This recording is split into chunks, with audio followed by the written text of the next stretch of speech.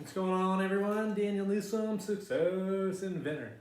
Something I want to talk about today is when to pull the plug on your business. Wow, wow, wow. There's a ton of stuff out there that talks about positive businesses and business growth, but something people don't really talk about is when is it time to actually pull the plug on your business? I started a safety consulting firm in November of 2019 and I just closed it and I gave up on the idea. Um, a lot of people, I feel like they want to hold on to, no, I wouldn't say bad ideas, but they want to hold on to businesses that aren't profiting longer than they should. If you talk to any billionaire or super successful people, failure is just part of life, and you have to let it know, not to let it get you down, or not to just kind of sit on a bad idea for too long and just let it dry you drain. So yeah, I started my business, and it did end up, I wouldn't say failing, but I wasn't able to make any money off of it.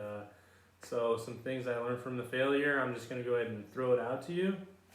The first thing I'm talking about is the time that it takes to really get it going. If you have a typical 8 to 5 like I do, it's really hard to start a side business. If you have a different kind of career where maybe you're working 3 days a week or you're working nights, it might be easier to get it going, but most people in business, they're going to need the service from 8 to 5. So if you don't have the time to really break loose, that's going to be tough, especially if you're trying to do something like I do, like consulting, where it's like, hey, would you be able to fly to San Diego and talk to this client and write a report? I mean, that's really hard if you've got an 8 to 5. Another thing I want to talk to is people are going to approach you about starting online marketing, doing SEO, search engine optimization. To me, this stuff is really pointless if you're just starting a new business. For me, I didn't have a lot of capital to start the business and really throw a ton of money into it. So I did what I could for online advertising.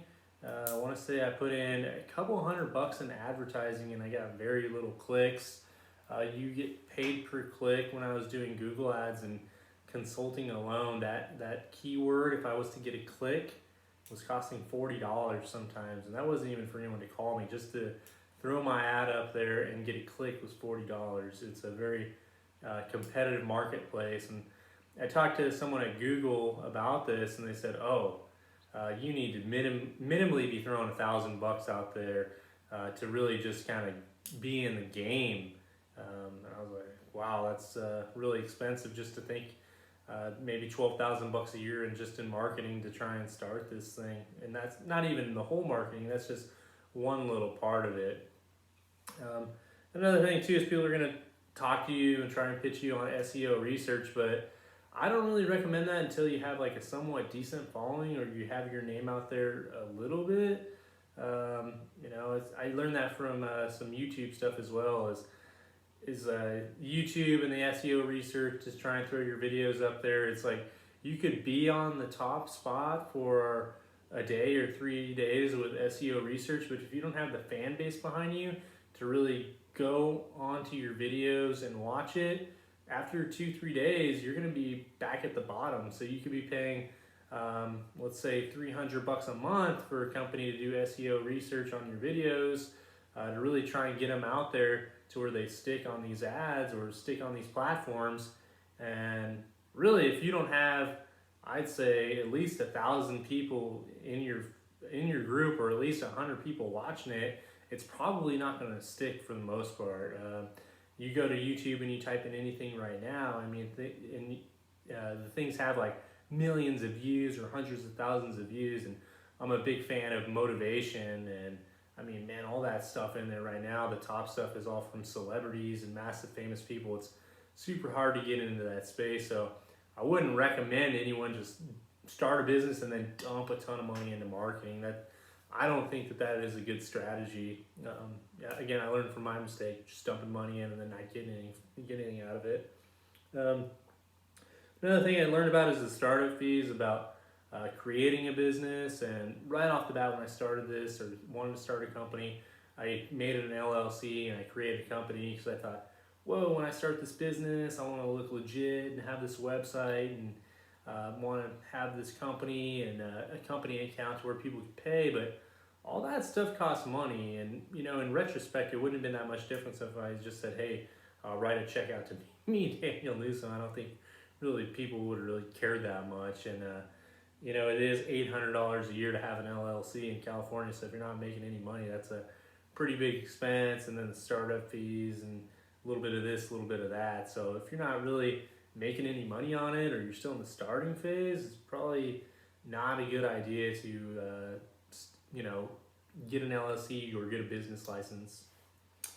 So I would say the best way to really start a business is to hit expos and go to conferences.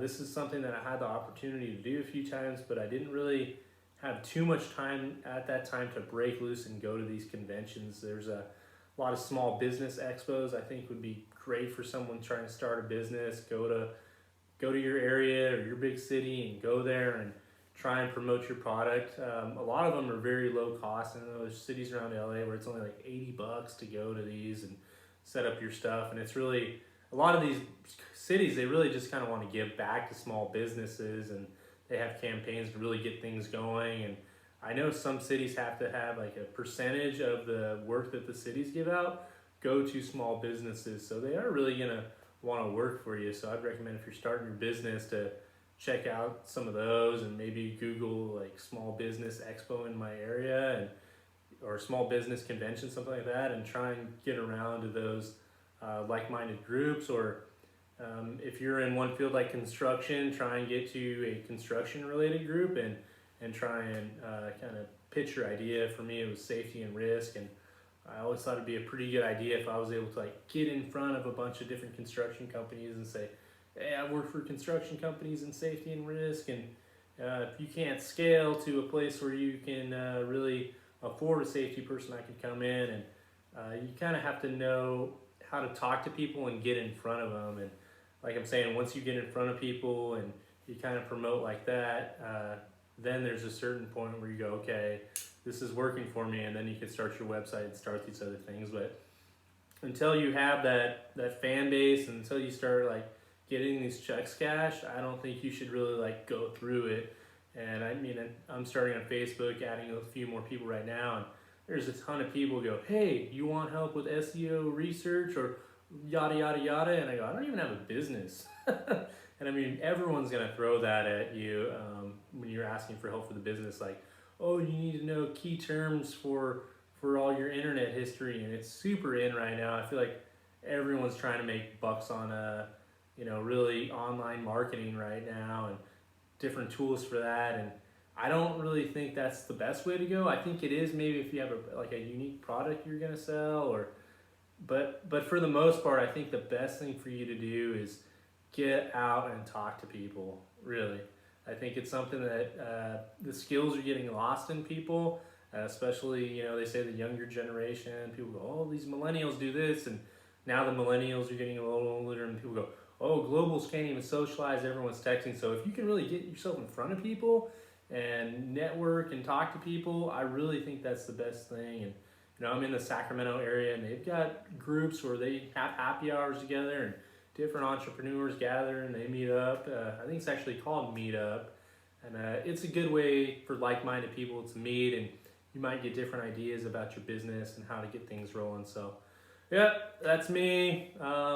One business, one failure, but definitely learning from it. And maybe in the future I'll launch something different. But gonna take this I'd say it's probably a $2,000 hit for me, and probably a good 100 or 200 hours or something, just learning about ads and different marketing techniques. And my safety craft was already there, but yeah, really just learn about business. Probably put 100, 200 hours into it, and a little bit of money, but not a huge loss. But I'm definitely thankful for the experience, and I'm glad I pulled the plug on it before it was just getting a little too wacky. So, Daniel Newsom, success inventor, invent your own success.